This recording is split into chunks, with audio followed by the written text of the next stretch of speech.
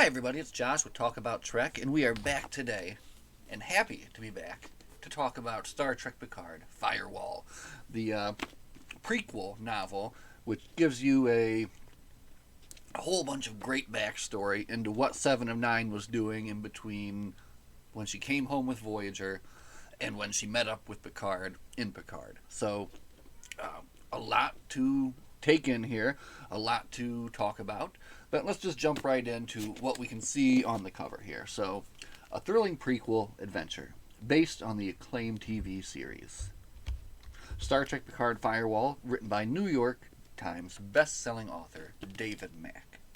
Uh, on the back here, they just give you kind of like a little piece of the action here. So we won't read that, but from the inside of the dust jacket, rejected by Starfleet, denied by the Federation, Seven is a woman with no home.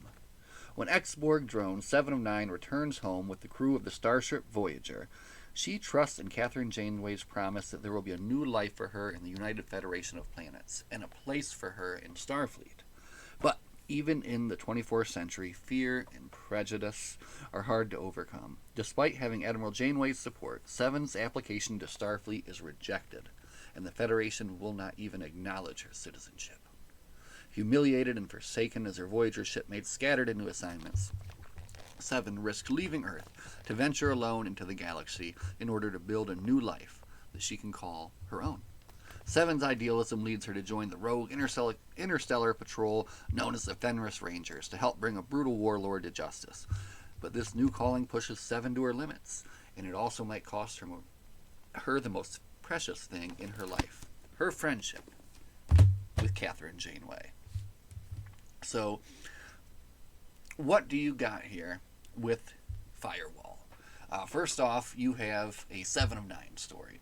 This is basically it's all it is. You've got a 7 of 9 prequel story, like I said, and this is going to cover the time, basically how she came up in the Fenris Rangers. So, very interesting period to cover too, because it's set during the time of before the Romulan supernova, when the Federation has withdrawn from these territories to kind of help Romulus.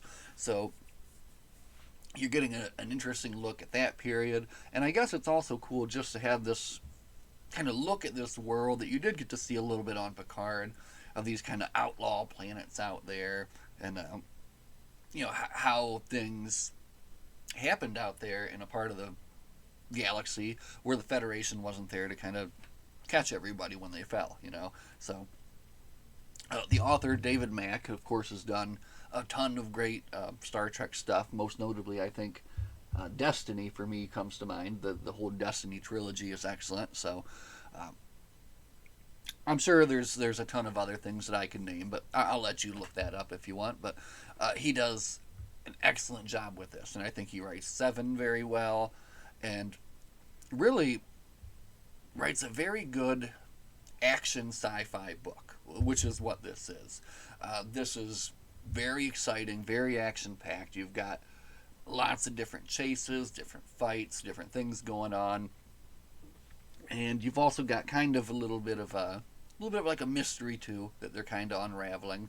And I guess the thing that for me was the best point about this book, and the main point of it is you're getting to see Seven develop her character even more from like what you knew her from, and then what you saw her, So it's just an incredible kind of dive into her character and who she is and who she's trying to be.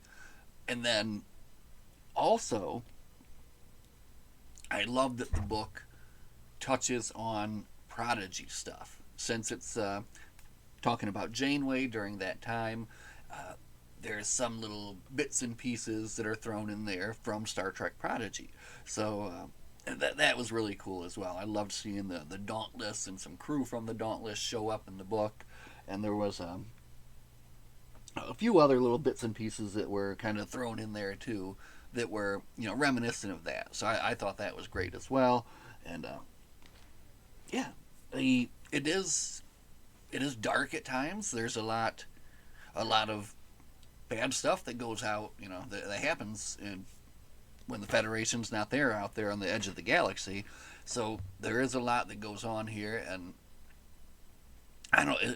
It kind of gives Seven these moments of like, I don't know, breakthrough moments in her character when she goes through these things, and some of it you can kind of see coming, and some of it was surprising, but all in all, it's a ride, and I would recommend, if you could, really try to dig into it and stay with it too, because it's like one of those books too. And if you can just stay with it and you can give it a good couple hours each day, you're really gonna dive into it and really have a good time with it. And that's what happened with me. So at first, when I was reading it, I didn't have a lot of time. There was too much going on. We were getting ready for Easter and all this other stuff. Then we took a little trip. I had a little bit of extra time to read it. Bing, bang, boom. I loved it. Dived right in and just ate it right up. So again, a great action sci-fi book. And if you are a fan of 7 of 9, this is something you definitely do not want to miss. So, yeah, for sure. Pick up and read the newest Star Trek book, Star Trek Picard, Firewall. I'm going to get like a thumbnail, right? Thumbnail thing. Make like a weird face, like that, oh! All right, I'm not really doing that, I'm just joking. Okay, anyway, Picard, Firewall. What do you have here? And I did take some notes so we can kind of get into it. The book starts in 2386, which is, I think, just a couple years away from the Picard season 1, I believe, which I think is 2388 maybe. But it starts out with Seven in a bar, and she's approached by a woman who's interested in joining the Fenris Rangers and wants to know Seven's story. So Seven says, well, as long as you're buying drinks, I'll tell the story. And that's how the story begins. And Seven starts telling her story to this woman, and that kind of leads in. And then it goes back to 5-6 years earlier, 2381. And I will point out, one of the other great things about this book that I loved was it includes a map. In any book that includes a map is pretty nice, right? Because you're able to see what they're talking about. So you can see here there's Fenris, the Curis sector, right there along the Romulan neutral zone. And that's where the story will be taking place here. So, okay. So, Seven, rejected by Starfleet, currently living on Earth, but just not really feeling it, has decided to leave Earth and kind of seek out her own life, her own future, you know?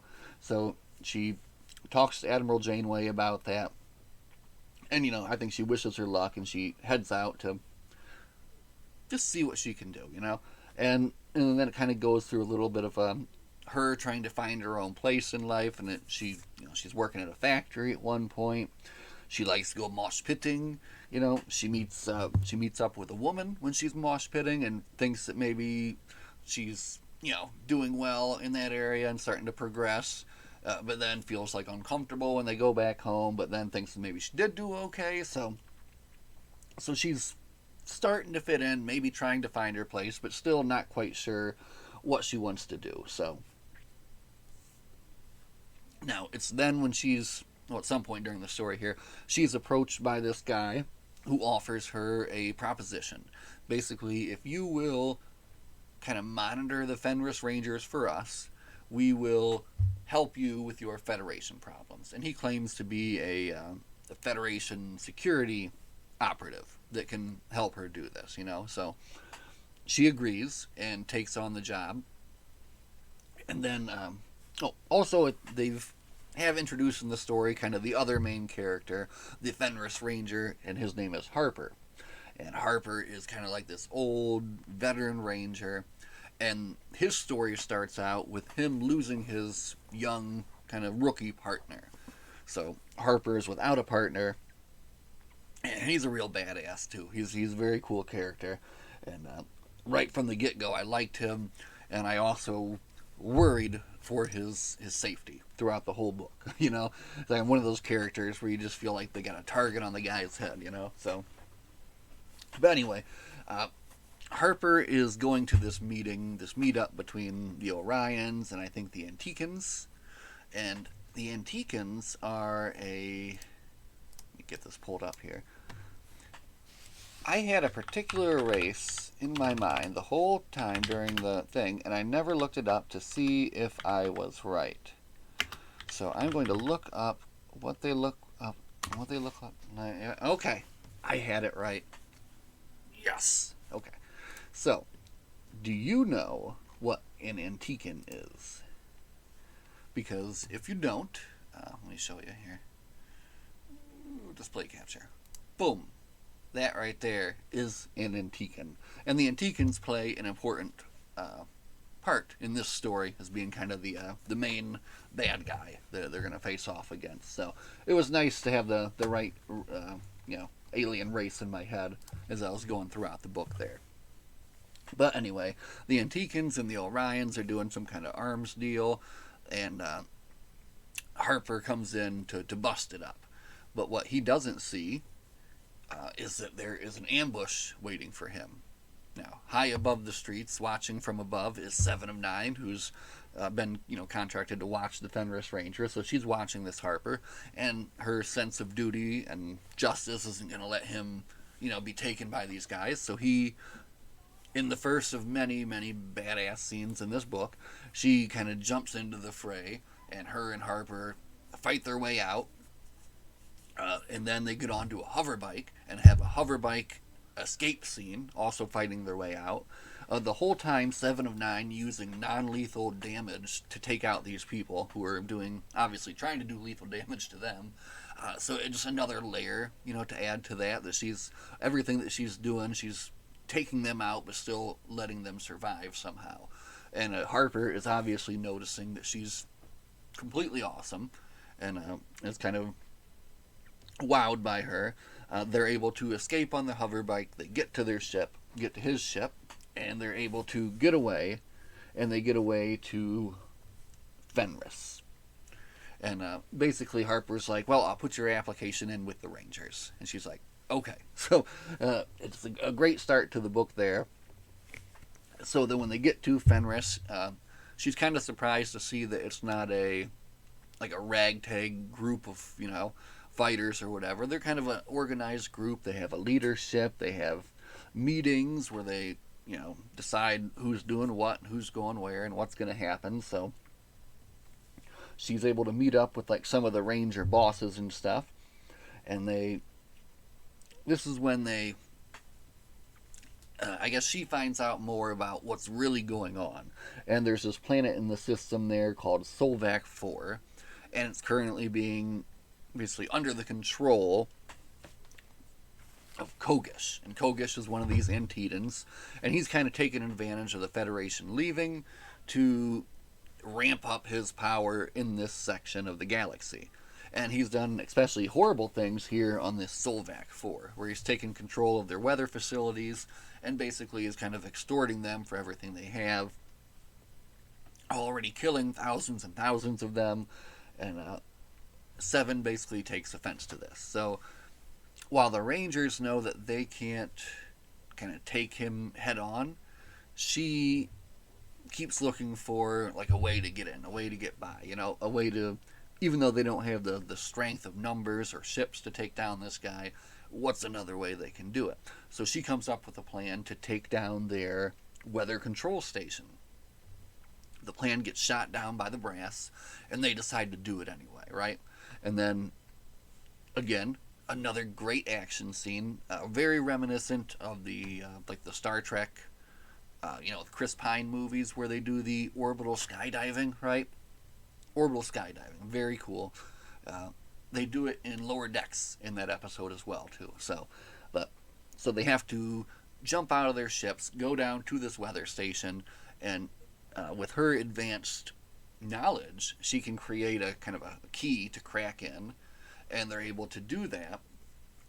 But at the last moment, the Kogish and his fleet start coming in, one of the Fenris Rangers is blasted off the weather station and killed, and then Seven, who at this point was left out because she is just a rookie, has to jump in to save the day. So she jumps out of her ship and does her orbital skydive and lands on the weather station like a superhero, basically, because she hits it so super hard, and like, you know, but the nano probes are like healing her legs. Oh man, all this stuff is so fun. So anyway, she gets in there. They all press the thing at the same time, take control of the weather station again, and they all jump off before the enemy ships come to blow them to pieces. So, in the process of jumping off, one of the other Rangers, this Ellery Cade, is hit and loses consciousness, and Seven, being as awesome as she is, dives through the storm to grab her, rescue her, and basically save her before she hits the ground. So, just awesome moment on top of awesome moment. They just keep stacking it up here. So, but it doesn't go as she intended. When Kogish sees that he has lost the platform, he basically loses it and blows up all of the platforms on the planet, sending the whole planet into a disaster. So thousands upon thousands or more are killed, and the planet has limited time now to even survive, since all of their weather control stuff is gone. So effectively, he has killed everyone on the planet, you know, in time. So Seven knows she's screwed up. When they get back to the Ranger headquarters, she's actually kind of put under guard then at that point. And but she still doesn't give up. She's still looking for a way that they can get this guy, you know. And then she and with the help of Ellery Cade, who then they've formed a kind of a relationship to at this point, they come up with this plan to hit this guy where it's going to hurt the most, in his wallet. See, he's been going around the galaxy, or the sector, gathering up money because he wants to buy a Talarian warship. And this is my hand. I keep talking with it, but that's fine. Put my hands down here. He wants to buy a Talarian warship, and they cost a lot of scratch, right? So he's got to get up all this money, and he almost has enough. He just needs like one more big score to do it.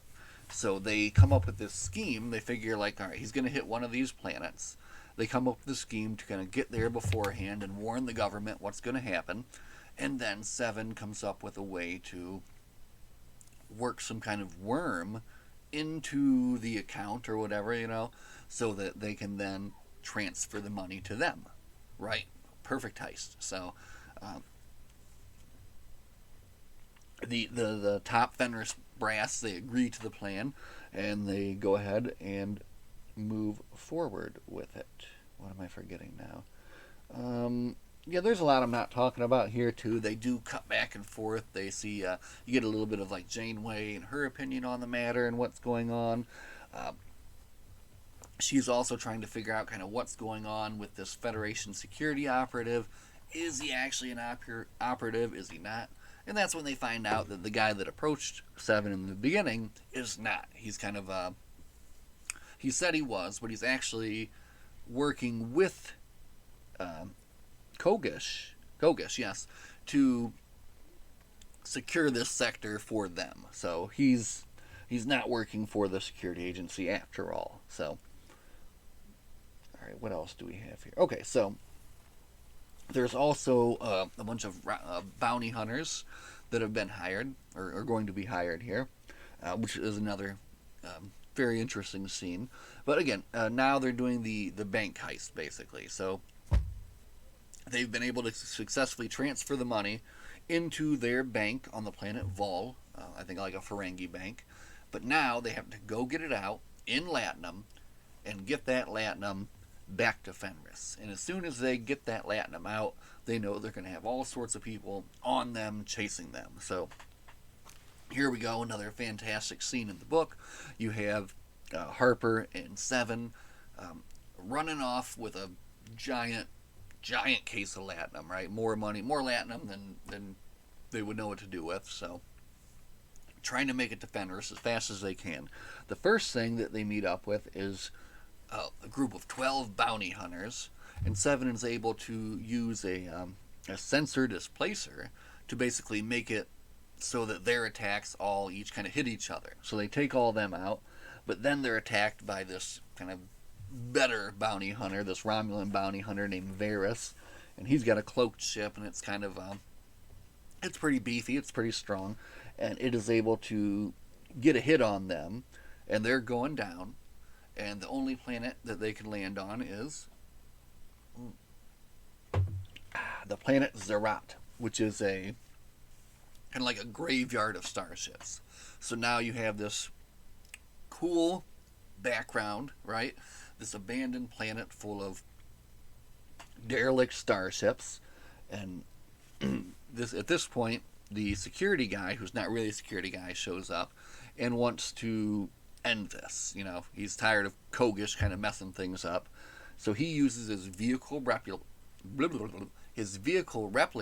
which is also something from Prodigy, to make these 4 Borg-killing huntsman drones, which are robotic spiders the size of a rhinoceros, right?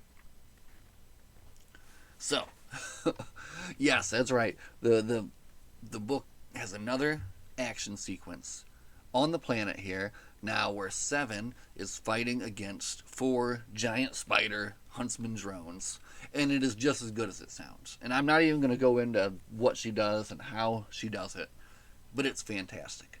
But as I said at the beginning, I had a feeling about Harper. I had a feeling something was going to happen, and he doesn't make it out of this mission. And there's a couple moments here, too, where, like, Seven gets her, like, I don't know, it almost felt like a Dragon Ball Z kind of, like, powering up moment, you know, where she's, like, going up to the next level. But here on the planet, she was hit with a kind of a special kind of weapon which neutralized her nanoprobes. So now she's not quite, like, superhero level anymore. She's taken down a little bit. Okay, so how... Oh, so in the end,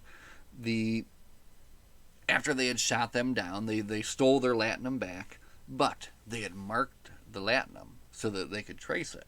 So now Seven, who ends up getting picked up by the Dauntless, ends up steals the Romulan bounty hunter's ship, and her and Ellery basically head to the meetup between Kogish and the starship dealer, right?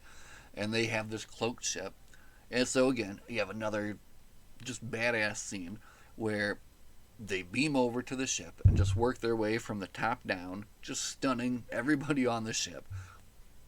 Take the whole thing out through the whole plan for Kogish and the Talarian and the security guy. Messed everything up. Stole the latinum back. Got away in their ship. And then, actually, they were able to successfully trick and then arrest Kogish in another very awesome scene for kind of a perfectly satisfying tying up of an ending, right? So now the Fenris Rangers have cleared out this trouble in this sector. They've established themselves as less of a renegade vigilante group and more of an actual group out there to help people, and also have worked with the Federation and will continue to do that to help this sector of the galaxy. So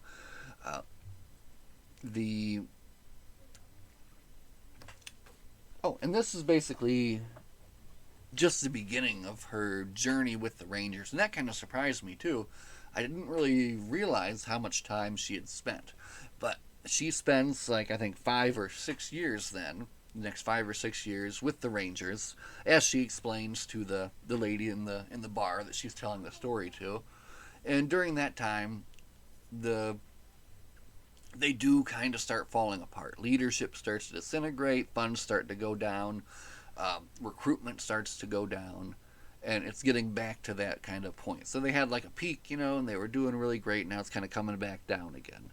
And then they kind of drop a little bombshell at the end, and it turns out that the lady she was talking to was none other than Blazell. And Blazell, she was a character in Star Trek Picard who tricked Seven in order to, I think, get Icheb, and then killed Icheb, right? Icheb. I say Icheb. Anyway, so it's kind of an interesting that's how they show the two of them meeting, and then you know that their meeting is basically doomed because she's going to do terrible things, right? So, very good, very interesting, very fun, very 7 of 9, and very happy to have read it and to have talked about it with you all. So, yes, Star Trek Picard, Firewall by David Mack. Just, for the thumbnail.